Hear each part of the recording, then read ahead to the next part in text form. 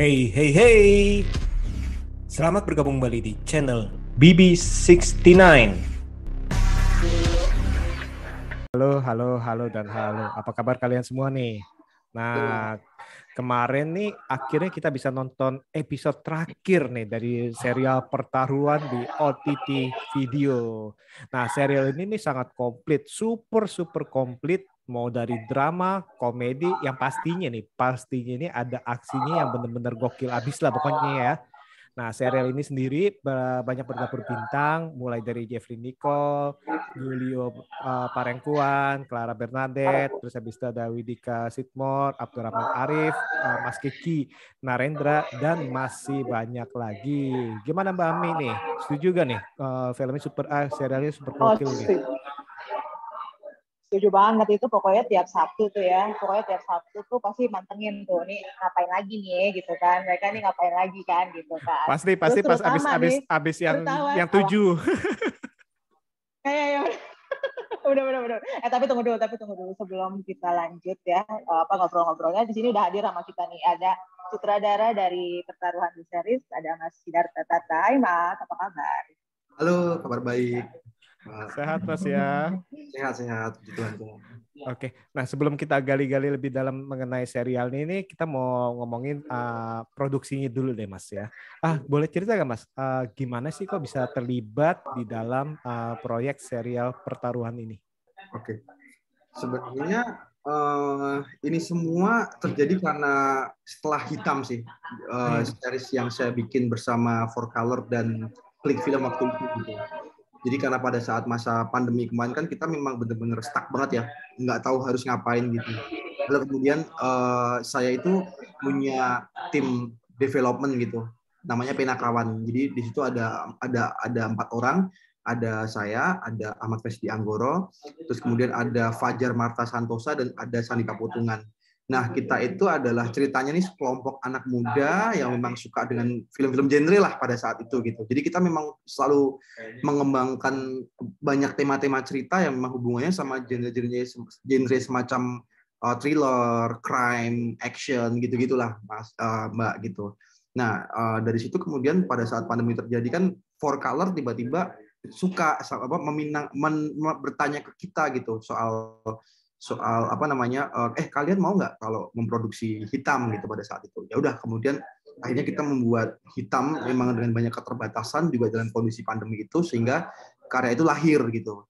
Nah, setelah Hitam lahir, akhirnya diapresiasi sama orang, dan dari situ pintu untuk masuk ke industri itu mulai terbuka tuh bagi saya tuh gitu. Nah, dari situ kemudian banyak teman-teman produser atau teman-teman dari studio-studio di Jakarta yang lalu menghubungi saya gitu, terus berkenalan, ngobrol soal apresiasi mereka terhadap Hitam. Dan nah, dalam hal ini saya akhirnya berkenalan sama Screenplay. Bang Joko Anwar yang mengajak saya untuk berkenalan dengan produsernya Screenplay, yaitu Pak Biki Olindo gitu. Nah, dari situ kemudian kita ngobrol, kita ada kecocokan dalam visi kreatif film atau series apa yang pengen kita bikin kayak gitu. Sampai akhirnya Pak Biki menawarin saya, kami tuh lagi pengen ngejalanin Pertaruhan nih, IP-nya udah ada gitu. Kamu tertarik gak gitu kalau untuk mengerjakan Pertaruhan nih gitu. Karena saya pengen mengembangkan ini tuh jadi cerita yang lebih luas lagi nih. Kita mau bikin pasca si Elzan keluar dari penjara, dia mau ngapain, dan kemudian keadaan semakin suram bagi dia gitu-gitu. Nah, terus tanpa pikir panjang, karena memang saya juga penonton filmnya kan, di tahun 2017 itu saya sangat suka dengan bentuk yang dihadirkan dari si film itu gitu. Dan jadi itu memang salah satu film yang saya suka.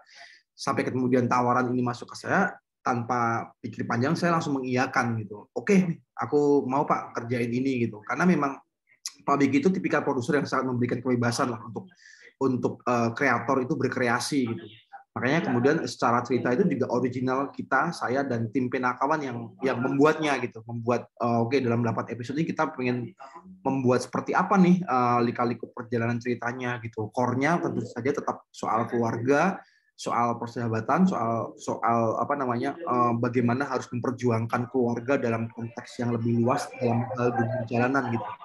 Nah, dari situlah kemudian kesempatan untuk mengerjakan pertaruhan ini terjadi gitu, karena mereka yang melihat kami, mereka percaya dengan kami, dan kami yang kemudian mencoba untuk membuktikan bahwa kami bisalah tidak malu-maluin lah minimal untuk mengerjakan series ini menjadi semaksimal yang kami mampu gitu. Gitu sih kira-kira prosesnya. Waduh, ini nih Mas nih ngomongin hitam nih. Waduh, ini memang keren nih Mas Hitam nih. Saya masih nunggu season 2-nya nih Mas. Kalau ada nih, saya nggak tahu nih. Bocorin ada gak nih? Ya, sudah ini sih sebenarnya kalau hitam itu kita sudah ada rencana soal cerita gitu, tapi memang ya karena satu dan lain hal, karena ada banyak hal-hal lain yang harus dikerjakan dan juga soal prioritas juga sih Mas gitu. Jadi kita terpaksa kita menghold dulu hitam sampai intinya memang kita punya hal-hal yang bisa lebih proper untuk mengerjakan season 2 gitu. Karena kan kalau bagi saya juga gitu, ketika kita bisa mengerjakan season 1 apapun bentuknya, series gitu, dengan mulus gitu, kita harus mengupgrade level penceritaan, level value visual, bebannya benar-benar harus kita naikin lagi. Jangan sampai kita terjebak dalam cara yang sama di satu sebenarnya gitu. Itu yang kemudian sebenarnya jadi tantangan terbesar kita untuk menciptakan hitam ini mau gimana? Kita mengembangkan universe-nya itu mau kayak gimana lagi gitu. Nah, itu yang kemudian harus seimbang kan antara konsep kreatif sama kemampuan visibilitas produksi itu benar-benar harus bisa imbang, sehingga nanti ketika kita mencapai titik itu kita akan membuktikan dan menciptakan sesuatu yang harusnya jadi lebih bisa up lagi daripada season 1 gitu. Itu jadi beban kami sebenarnya gitu. Tapi ini yang proses masih kita develop sampai sekarang sih sebenarnya. Waduh, ini sih kalau kita ngomong akhirnya ini panjang melebar nih ke hitam nih, karena itu jujur nih mumpung ada sutradaranya nih. Keren ya. Benar-benar setuju, seru banget itu. Ada apa sih Sarah Fajira, terus habis itu ada Doni Damara. Wah, itu pokoknya keren pokoknya keren tuh. Mumpung ada orangnya, jadi saya langsung tanya season 2-nya dong.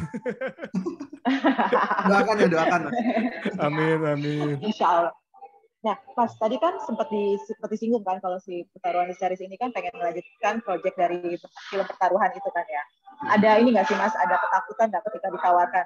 Udah lu bikin ini nih Pertaruhan the series gitu, ada ketakutan atau apa ya, biasa aja gitu, gue malah semangat buat bikin seriesnya gitu, gimana? Kalau bicara soal ketakutan ya awalnya nggak percaya dulu gitu. Awalnya nggak percaya ketika IP Pertaruhan itu diserahkan ke kita gitu. Maksudnya pada saat 2017 saya nonton Pertaruhan itu kan kreatornya Mbak Upi, direkturnya Mas Kristo gitu.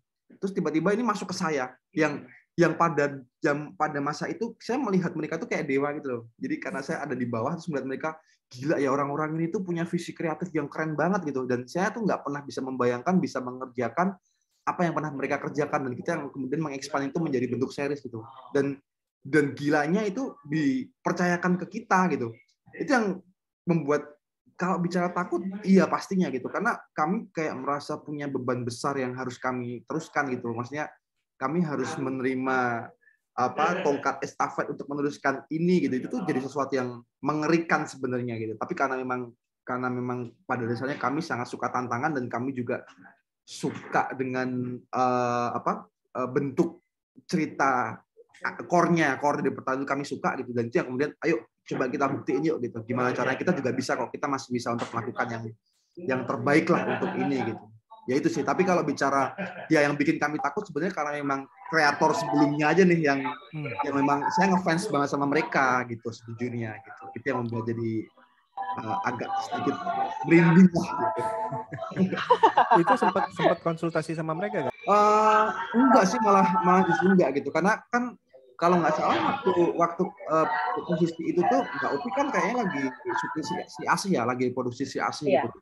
Mas Kristo kalau nggak salah pada saat itu udah mulai masuk di Disney juga gitu. Jadi mereka juga sudah punya kesibukan mereka masing-masing yang memang pada saat itu sebenarnya memang saya sempat pengen kita punya banyak pertanyaan yang pengen kita lontarkan gitu buat bahan riset kita sebenarnya untuk menciptakan season 1 dari series Pertaruhan ini. Tapi karena memang soal jadwal, soal waktu, akhirnya kita mencoba untuk membuat kesimpulan kita masing-masing aja gitu, karena kita kan tidak bisa bertemu dengan mereka gitu. Ya udah, jadi kita benar-benar menganalisa pure dari filmnya yang sudah ada gitu.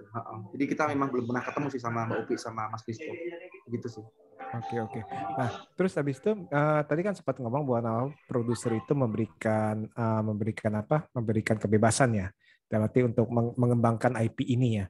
Nah, kalau kayak gitu tuh Mas Tata itu melihat ini sebagai apa nih? Sebagai satu kesempatan atau malah sebagai beban? Aduh, ini kok disuruh terserah nih. Wah, ini bagus nih. Dalam arti akhirnya saya punya kebebasan untuk mengembangkan sesuai dengan ini. Yang terakhir sih Mas, yaitu kami maksudnya gini, kalau bicara saya pribadi kan sebenarnya saya tidak besar di lingkungan iklan ya. Saya sebelum terjun ke dunia series ataupun film ini kan saya memang sebagai sutradara iklan gitu. Dan dalam hal menjadi sutradara iklan itu kan semua ada batasannya, semua ada koridornya, dan semua ada yang mengatur gitu. Jadi saya murni hadir sebagai sutradara yang posisinya benar-benar hanya eksekutor gitu. Tapi kalau kita bicara soal series atau dunia yang hubungannya sama storytelling itu kan kita punya area-area yang bebas yang bisa kita yang ngatur, dan itu jadi sangat menyenangkan gitu. Playground yang sangat menyenangkan, dan apapun bentuknya ketika misalnya kita mengerjakan sebuah cerita, mau entah itu film ataupun itu series, itu udah pasti saya dan teman-teman selalu menanggapi dengan cara yang wah, ini privilege buat kita nih, kita bisa membuat dunia kita sendiri, kita bisa menciptakan karakter-karakter yang menarik gitu. Itu kan jadi memang bukan yang ya awalnya ketika saya didapuk untuk mengerjakan ini saya merinding gitu, tapi ketika kemudian kita udah mulai into sama proyeknya, itu kita udah mulai kayak bener-bener anak kecil punya mainan baru sih. Gimana sih ya rasanya kan kalau punya mainan baru kan jadi bener-bener udah nyayang-nyayang, dimainin terus gitu-gitulah. Itu yang jadi bagi kami kayak playground sendiri ya. Ya, kita udah kayak punya taman bermain yang kita mau ngapa-ngapain aja. Berimajinasi. Imajinasinya benar-benar nggak terbatas gitu. Nah, tugasnya produser kan kemudian kadang-kadang mengembalikan, kamu terlalu liar nih, turun gitu. Jadi mereka tuh agak ngingetin hal-hal kayak gitu. Nah, itu yang jadi menarik sih gitu. Karena kan jadi kita punya perspektif soal industri dari produser, dalam hal ini Pak Wiki gitu. Tapi kan kita juga tidak kemudian membatasi kreativitas yang memang ingin kita kembangkan untuk membuat pertaruhan itu seperti apa gitu. Jadi ya itu, setiap proyek kan saya selalu berusaha untuk mencintai setiap proyek yang saya kerjakan gitu. Karena kan dengan cinta maka kita akan bisa lepas untuk mengerjakan. Kelihatan. Gitu sih. Kelihatan dari series. Dan dari tim kita, teamwork kita pun benar-benar ya membuat film action tapi situasinya komedi gitu. Karena kita memang suka banget ketika kerjain benar-benar yang wah nggak ada bentak-bentakan atau apapun, itu kita saling ya sangat menyenangkan lah situasi, bagaimana kemudian para aktor tuh bisa ngeblend sama tim produksi sama kru gitu. Itu jadi sesuatu yang kita punya jam kerja yang sehat, kita punya komunikasi yang bagus, kita punya komitmen yang oke, kita punya profesionalitas yang tetap terjaga walaupun sering bercanda gitu. Jadi benar-benar proses itu tidak mengkhianati hasil sih. Jadi karena kita mengerjakan karena kita semua cinta gitu. Itu yang menjadi menarik sih bagi kami gitu. Iya, sempat dengar sih katanya nggak pernah sampai malam ya syutingnya ya. Sampai malam, tapi kita tetap membatasi. Tapi nggak pernah sampai pagi gitu. Enggak. Maksudnya kita selalu berupaya untuk, bagi saya tuh saya selalu berupaya untuk menjaga ini menjadi 15 jam kerja setiap saya syuting gitu. Karena kan kita butuh waktu tidur itu yang proper lah. Istirahat 8 jam kerja gitu. Karena kan kalau kita bisa mengatur itu kan kita otak selalu jadi fresh kan. Jadi kita memang benar-benar menerapkan sistem syuting sehat bagaimanapun caranya gitu. Kalau misalnya kemudian kita harus syuting sampai pagi, berarti jam callingannya akan dibalik sebenarnya gitu. Intinya kita harus memisahkan waktu untuk kita bisa istirahat semaksimal mungkin gitu. Jadi itu menjadi tugas kami bersama untuk saling menjaga, biar bagaimana caranya kita tetap bisa menjaga sistem itu gitu. Jangan sampai 24 jam gitu-gitu. Wah, itu bagi saya sih nggak efektif ya. Jadi kayak zombie aja kita masih kerja dengan nggak fokus gitu, itu malah bahaya banget sih. Juga faktor kesehatan kan juga utama juga Mas gitu, Mbak. Apalagi kalau nggak konsentrasi pas adegan aksi segala macam kan malah bisa cedera ya. Betul sekali. Kena tampol nanti. Kena tampol. Buat para pemain kan mereka juga harus punya jam kerja jam istirahat yang pas juga, karena kayak Jeffrey Nicole sama Julio itu energinya benar-benar habis tuh buat fighting terus-terusan gitu kan. Itu kan Jeffrey pernah hampir tipes waktu itu, gejala tipes gara-gara kecapean, saking dia berantem terus gitu. Kayak gitu-gitunya. Makanya memang kita harus benar-benar berupaya untuk mengantisipasi soal waktu, soal apapun itu, biar jam istirahatnya semua terjaga sih. Ini si Jeffrey ini bakalan jadi Tom Cruise yang baru nih, lari-lari terus ya. Iya sih. Ini benar. Passion project-nya dia nih. Benar. Nah, ada ini nggak sih Mas, ada tantangan atau pengalaman yang seru gitu, atau yang yang gimana gitu Mas selama syuting pertaruhan di series ini? Pengalaman sebenarnya ya, karena sebenarnya kita tuh sangat mencintai proses kita semua, proses produksi ini gitu. Kita semua sama-sama cinta.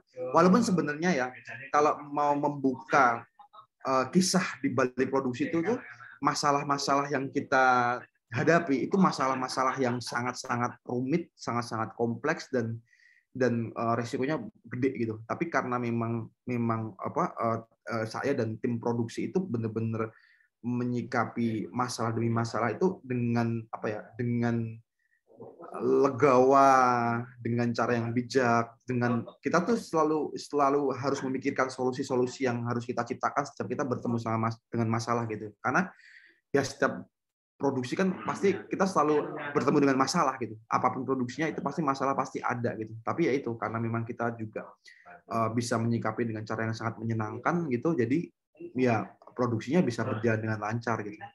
Kalau bicara soal keseruan-keseruan ya, misalnya kayak fighting scene ini kan sebenarnya kan series pertama saya untuk menciptakan adegan-adegan action gitu ya. Itu kan sesuatu yang baru bagi saya, dan saya harus meriset melihat film-film action, terus breakdown shot-nya akan seperti apa, itu kayak gimana gitu. Jadi saya benar-benar pengen coba detail soal mengemas action pack dalam action sequence dalam si series ini gitu.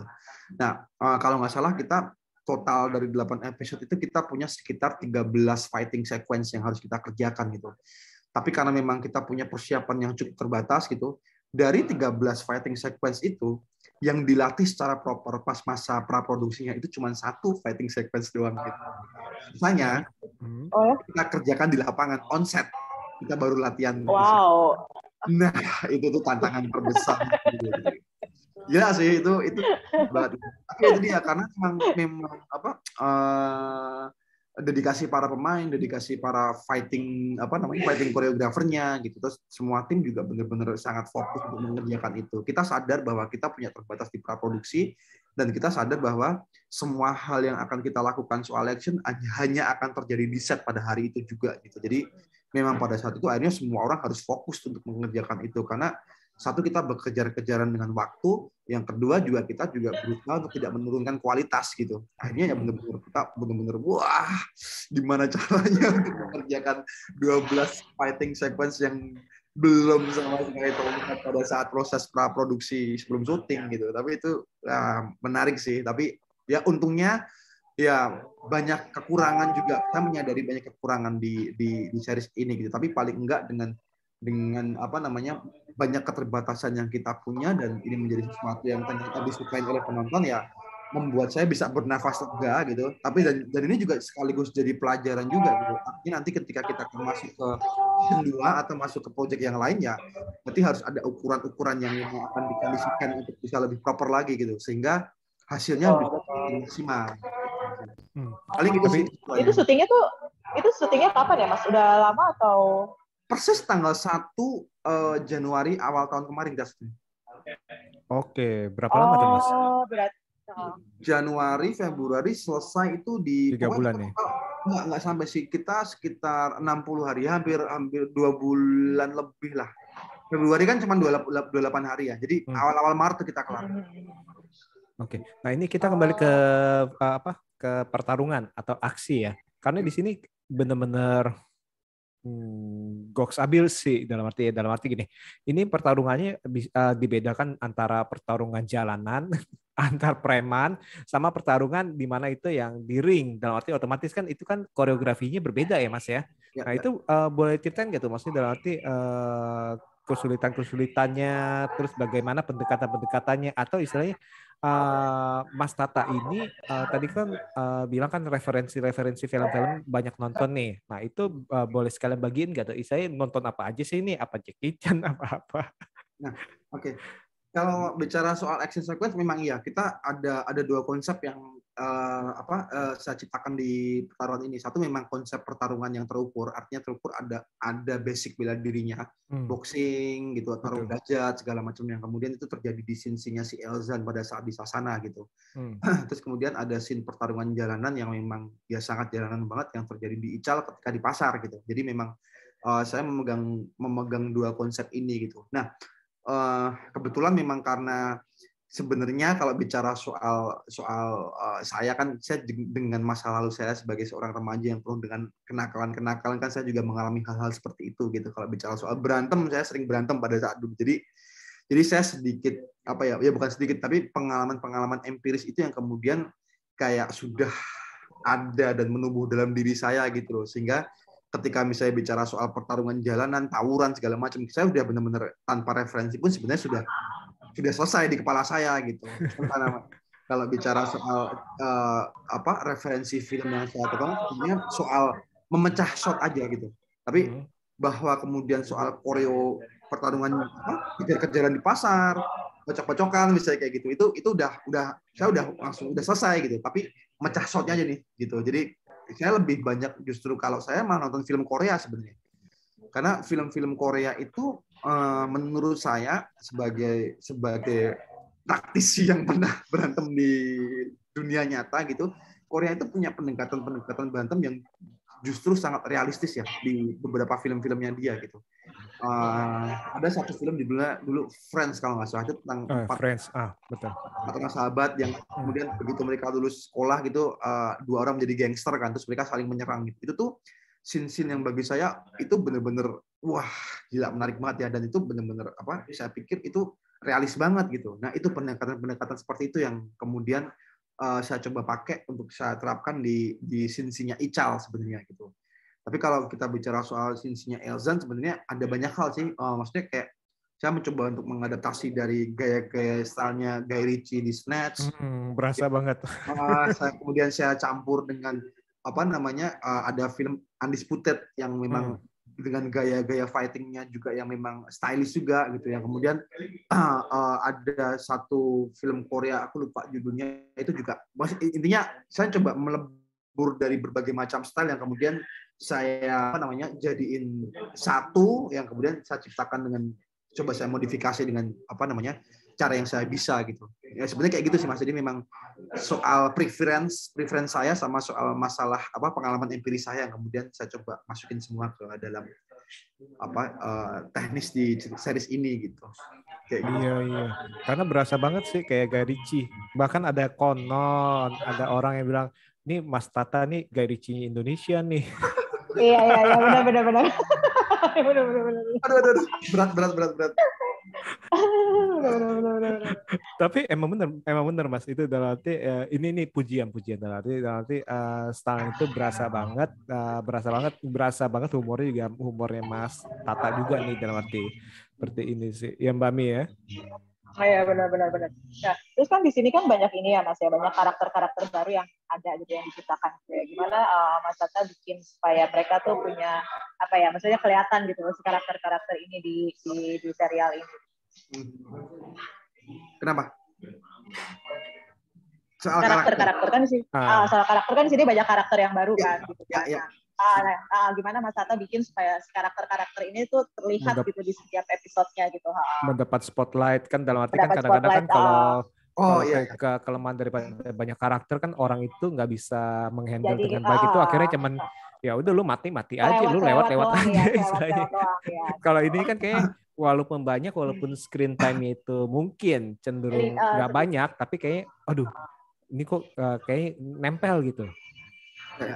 Ya kalau itu sebenarnya memang ini keahlian teman-teman penakawan sih, bagaimana membentuk karakter ini jadi menarik gitu. Karena kan kesamaan kami itu kami punya satu frekuensi yang sama ketika nonton series gitu. Jadi ketika kami nonton series-series yang kami suka tuh kami selalu menganalisa soal karakter-karakter yang ada di series gitu. Karena formulasi membuat series itu kan menjadi sesuatu yang sangat membutuhkan detail-detail yang harus sangat diperhatikan gitu biar kita tidak bisa lepas dari karakter. Karakter jadi sangat penting banget sih kalau kita bicara soal series gitu. Kemudian itu yang kita pelajari sebenarnya dari situ gitu. Maka kemudian dari awal kita sudah sepakat dan kita sudah sangat menjaga jika ada karakter-karakter baru yang kita ciptakan, yaitu harus benar-benar kita jaga soal story arc-nya gitu. Jangan sampai kemudian story arc-nya itu hanya sekedar terlihat tempelan aja gitu. Nah, selain soal itu kita juga harus punya membuat style-style yang unik sih. Mereka harus punya unique selling point untuk bisa diperhatikan sebagai karakter yang bukan hanya tempelan gitu. Makanya ketika kemudian kita menciptakan karakter kayak Tony, Bertie, bahkan sekecil John Banteng gitu yang hanya muncul di satu sequence tertentu gitu. Terus ada ada Abah, ada Rambo, ada banyak ya, ada Gober, ada banyak hal itu. Irfan nih. Nanti kita ngomongin Irfan di belakang. Pengawalnya Tony, si Gani gitu kan, itu kan banyak banget kan sebenarnya kan gitu. Tapi jadi kita memang sejak kita mendevelop sampai kita menulis naskah itu kita sudah juga harus membayangkan kita tuh mau nulis buat siapa sebenarnya. Itu jadi penting juga sih. Kita udah nulis karakternya sekaligus ngebayangin siapa yang akan menjadi karakter ini gitu. Jadi kayak ketika kita menciptakan Tony, kita udah langsung ngebayang ini Kiki Narendra nih, gak ada yang lain gitu. Nah, kemudian kan akhirnya ketika Kiki baca naskahnya gitu Mas Kiki, terus dia ngebaca, dia langsung, aku tuh punya interpretasi kayak gini. Wah, ternyata dia menggenapi itu gitu. Bahkan ke Bertie juga, ke Rambo juga. Jadi semua tuh masing-masing ketika membaca naskahnya itu sudah tahu, wah ini bakalan unik gitu. Maka kemudian yaitu saya memberikan ruang bagi mereka untuk bereksplorasi sebenarnya. Karena kan kami memang sengaja membuat ini menjadi sesuatu yang light ya, tidak terlalu dark gitu. Walaupun kita bicara action, tapi komedi apa segala macam harus ada biar rancak lah series ini gitu. Betul. Begitu mereka memahami konsep cerita ini, wah mereka semakin menggila sih, semakin aku pengennya gini. Nah, akhirnya kita jadi semakin diskusinya jadi semakin sangat menyenangkan gitu. Tapi ya tetap kita masih menjaga benang merahnya ya, kita masih menjaga roh marwah dari karakter ini biar nggak terlalu lepas juga gitu. Jadi kita masih ada di satu koridor dan visi yang sama gitu. Itu sih, jadi memang analisis soal kita banyak belajar dari formulasi seri-seri yang ada di platform-platform yang sudah ada gitu. Terus kemudian juga dari situ kita coba membedah dan kita juga mempelajari dari struktur formulasi yang sudah ada terapannya gitu. Kita dari situ kemudian ya kita kembangkan aja menjadi selera kita gitu. Kira-kira kayak gitu sih. Nah, itu kalau karakter Tony itu emang diciptakan seperti itu gitu ya. Seorang preman yang flamboyan dan ya gitulah. Yeah. I like it. I like it itu munculnya dari Kiki, dari Mas Kiki. Dia udah semakin, karena dia semakin mencintai karakternya. Sebenarnya memang gini, karena kan setelah kita sebenarnya Tony awalnya memang belum pas kita develop belum ke arah itu gitu. Tapi begitu kemudian kita sudah punya karakter yang komplit ya, sudah semua karakter sudah tercipta, terus kita langsung kayak bikin satu panel gitu, isinya ada semua karakter kita cantumkan di situ, terus kan gitu kita nge-breakdown juga kan sekaligus 3 dimensi karakternya seperti apa gitu. Termasuk Romo juga gitu. Nah, begitu kemudian kita breakdown, kok semuanya kerang semua nih ya, karakter cowok semua galak-galak semua gitu. Wah, kita kayaknya nggak bisa nih kalau kita mainin galak-galak semua, jadi nanti akan stereotip semua, jadi akan flat gitu. Nah, kemudian kita coba kita bongkar ya, kita cari yang gimana.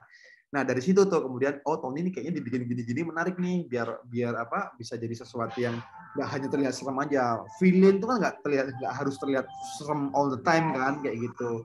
Terus Rambo nah, gitu. Jadi kita setelah kita Rambo juga juara tuh. Iya. Dengan tatapan matanya saja, kutukan dan anugerah. Banyak yang ketipu ya. Itu ide siapa sih tatapan mata menjadi kutukan dan anugerah? Kutukan dan anugerah. Banyak yang ketipu itu. Aduh, itu ide siapa tuh, Master? Kutukan dan anugerah. Oh, itu ini. Jadi kalau di salah satu tim saya itu ada namanya Sani Pakutungan. Dia itu seorang manusia yang hidup dari komik dan buku sih. Jadi dia memang komik freak gitu. Jadi ketika kemudian dia nulis naskah di sini, sejak awal kita memang memberikan kepercayaan ke Sandi untuk San, pokoknya kalau nulis sesuai apa yang kamu pengen aja gitu. Jadi nanti tinggal kami yang menginterpretasikan setelah kami jadi gitu. Ya udah, dari situ dia menciptakan hal-hal yang begitu kami membaca tuh kayak apa, si Rambo dengan gaya seperti itu, dan di episode 2 kayak John Banteng itu kan idenya dia, kami begitu baca geleng-geleng kepala ini orang. Sangat unik sih gitu. Dari situ sih gitu. Ini kadang-kadang itu kayak nonton anime. Iya. Iya, bahkan Gober aja. Gober aja tuh anime banget gitu kan, maksudnya gayanya gitu kan. Iya. Jadi karena memang ini sih, Penakawan itu tuh punya tim dengan basic profesi yang menarik gitu. Saya director gitu. Ahmad Fesdi Anggoro itu editor, yang edit series ini Ahmad Fesdi Anggoro itu gitu. Sandi Papetungan penulis, Fajar Marta Santosa itu sutradara juga penulis gitu. Jadi kita tuh punya ragam perspektif yang macam-macam, sehingga itu yang kemudian jadi kayak menguatkan, ya semakin membuat solid cerita ini sih. Karena Sandi dengan cara dia membaca sebagai sebuah comic relief, saya yang kemudian membaca peristiwa ini dengan cara-cara kejamnya harus di level ini, komedinya harus di level ini, Fajar dan Mas Mamat itu dengan bagaimana dia harus mengatur pola karakter atau story-nya harus sesuai dengan cara prosedur yang struktural gitu-gitu. Jadi kita punya kemampuan masing-masing untuk saling mengisi biar untuk membuat cerita semakin solid sih. Itu yang jadi menarik di kami sebenarnya gitu. Karena memang kita punya profesi yang beda-beda gitu. Jadi kita punya banyak ide dan perspektif yang beragam gitu. Keren sih. Bahkan ya tadi itu yang dalam arti ini film ini benar-benar serial ini benar-benar komplit lah, dari mau serius, mau drama serius kita bilang ya, terus ataupun istilahnya yang unik-unik itu kayak klip-klip dia lagi membuat perencanaan, ngebayanginnya gimana, istilahnya kan kayak gitu tuh. Terus habis itu kan juga tadi itu misalnya pas kejar-kejaran di pasar, kejar-kejaran di kampung preman itu sempit banget kan itu gangnya ya, kampung preman kayaknya. Nah itu yang kampung preman itu di mana tuh syuting itu? Kita sebenarnya yang tidak tertebak sebenarnya kita syutingnya mostly di Jogja sih. Oh Jogja. Oh serius? Jadi kita ada 3 kota. Kita ada syuting di Jogja, kita syuting di Semarang, sama kita syuting di Jakarta gitu.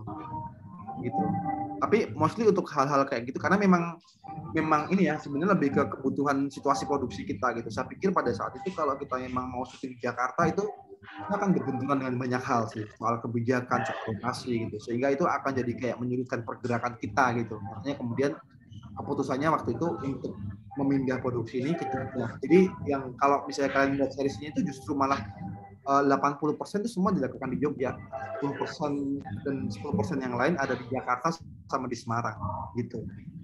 Oke. Ya itulah. Keren. Nah, selama syuting nggak ada hal-hal yang misalnya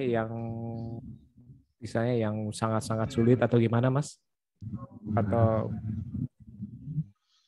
kalau yang sangat-sangat sulit sih sebenarnya ya soal cuaca, soal bagaimana kita harus nge-switch ketika ada satu pemain yang sakit, terus kita kemudian harus merubah jadwal gitu, kita harus juggling dengan jadwal, terus kemudian soal fisik para pemain, terus kemudian soal yaitu koreografi action yang kita memang ternyata harus molor waktunya, tapi bagaimana saya harus membuat efektif semua shot karena saya juga harus mengejar 15 jam kerja.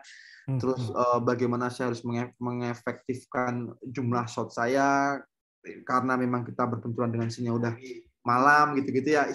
Sebenarnya itu persoalan standar yang memang terjadi di setiap produksi gitu sih. Tapi memang kalau bicara soal kesulitan terberat bagi saya karena memang satu kita ada banyak banget ekstras dan supporting untuk dikondisikan gitu. Jadi itu ada beberapa scene ya yang lumayan grande ya yang harus kita desain dan mengarahkan para ekstras ini menjadi believable ketika di dalam frame. Itu sesuatu yang berat juga sih, tapi ya memang nomor satunya memang fighting scene-nya itu yang benar-benar wow, pengalaman pertama tapi begitu banyak scene fighting-nya itu yang kemudian jadi luar biasa ya. PR yang bukan main sih untuk harus saya kerjakan. Tapi keren sih, soalnya kalau dilihatin dari semua episode ini pergerakan kameranya pun berbeda-beda nih tiap episode nih. Dan kayaknya ini jadi tadi itu yang sempat ngomong itu, ini jadi bakal sebenarnya ini jadi playgroundnya Mas Tata nih istilahnya ya, eksperimen apakah nanti itu pakai point of view POV dari karakter pertama ataupun pen dari atas atau gimana itu. Wah itu keren sih Mas. Kepikiran gitu gimana tuh Mas? Apa emang sengaja pengen wah ini mumpung nih gue dikasih kebebasannya apa gimana? Jadi memang sebenarnya gini Mas, kalau bicara soal konsep dari the whole episode gitu kan, sebenarnya memang kita membagi ini menjadi 2 fase bagi saya gitu. Bagi teman-teman juga gitu. Jadi kita memang desain awal kita bagaimana cara ini harus ke-grab oleh penonton. Itu kan harus kita harus membuat sesuatu yang semenarik mungkin gitu, memunculkan soal drama, soal romance, soal action yang menyenangkan, yang fun lah gitu. Jadi sampai mid season, sampai episode 4 itu, dari episode 1 sampai 4 itu ya kita harus membuat sesuatu yang terlihat menyenangkan gitu.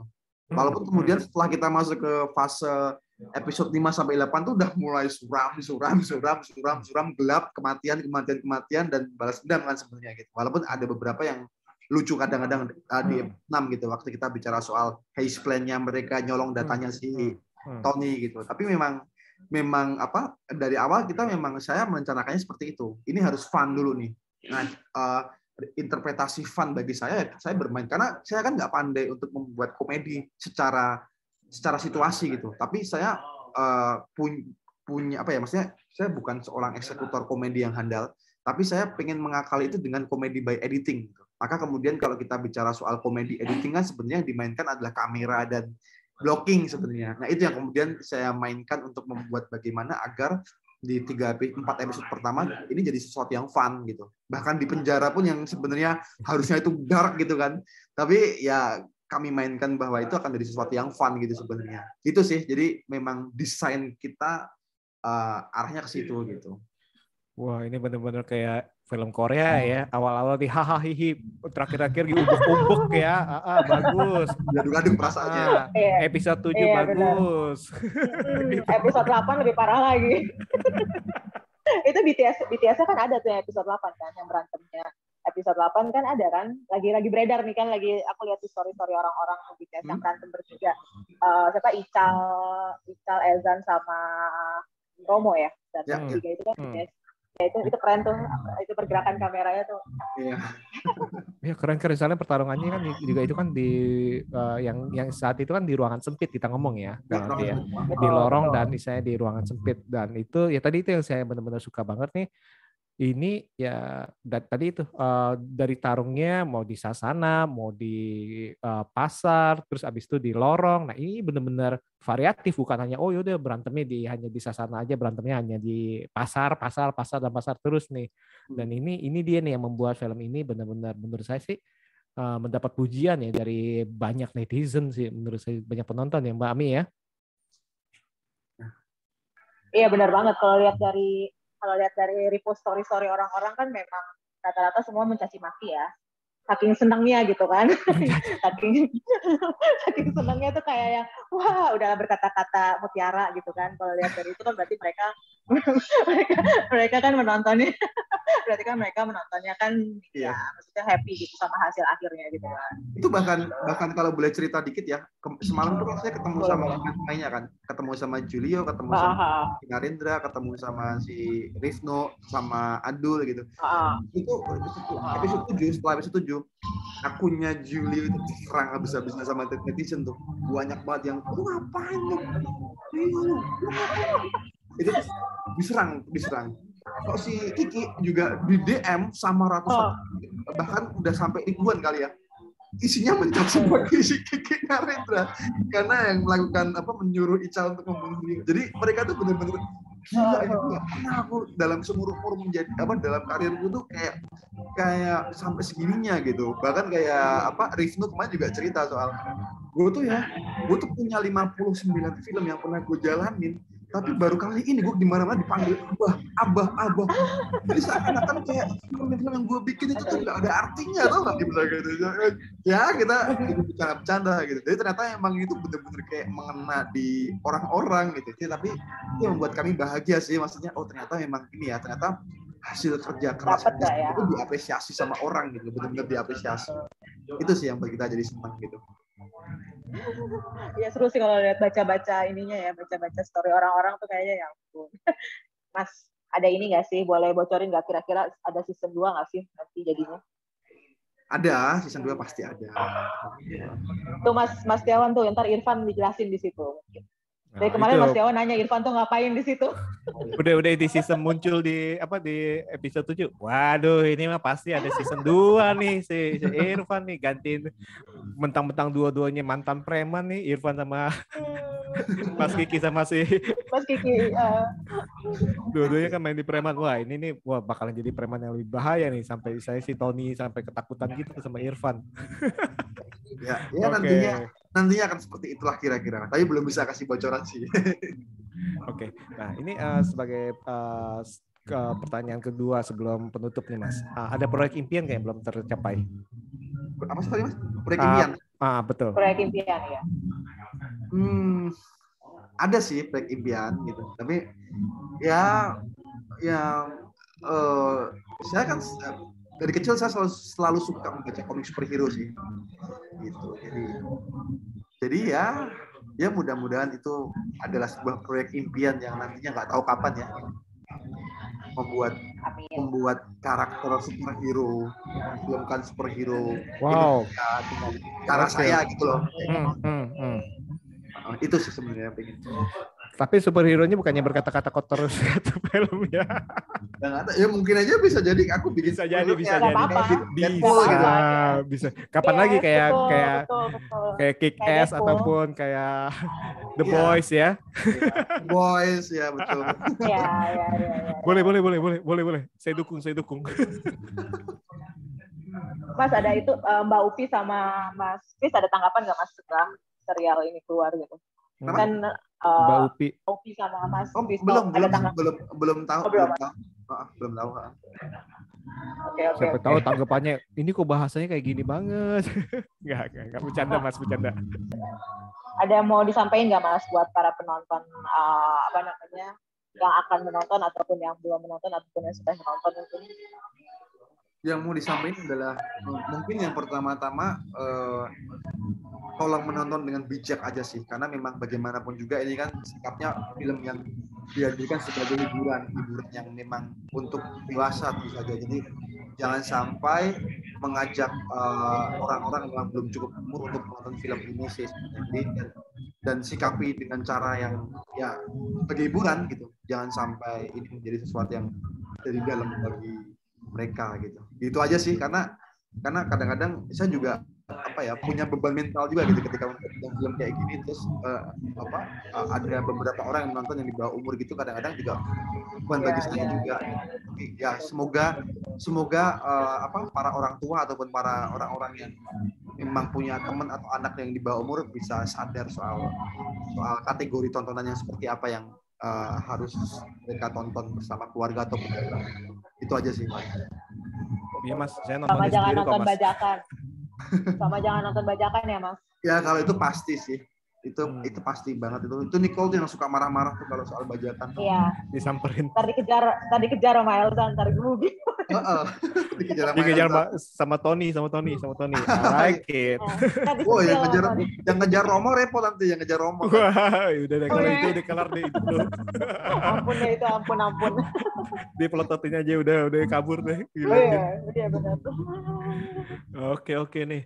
Makasih banget nih Mas Tata nih untuk ngeluangin waktu untuk ngobrolin mengenai serial pertaruhan nih. Nah, kita sangat menunggu pasti ini, kita sangat menunggu semoga ini di season kedua ini akan ada kejutan-kejutan baru nih. Bahkan ada istilahnya sesuatu yang membuat kita lebih tercengang seperti itu daripada season pertamanya yang tadi Mas bilang kan, seperti itu. Kan harus ada yang lebih lagi nih. Nah, seperti itu. Oke, kalau gitu untuk para pendengar, terima kasih untuk mendengarkan episode kali ini. Jangan lupa nonton pertaruhan di video, hanya 8 episode saja nih, tapi kalian akan mendapatkan pengalaman yang tidak akan terlupakan. Oke, sekali lagi terima kasih banyak Mas Tata. Sampai jumpa di lain waktu, di lain acara. Oke, see you. Terima kasih.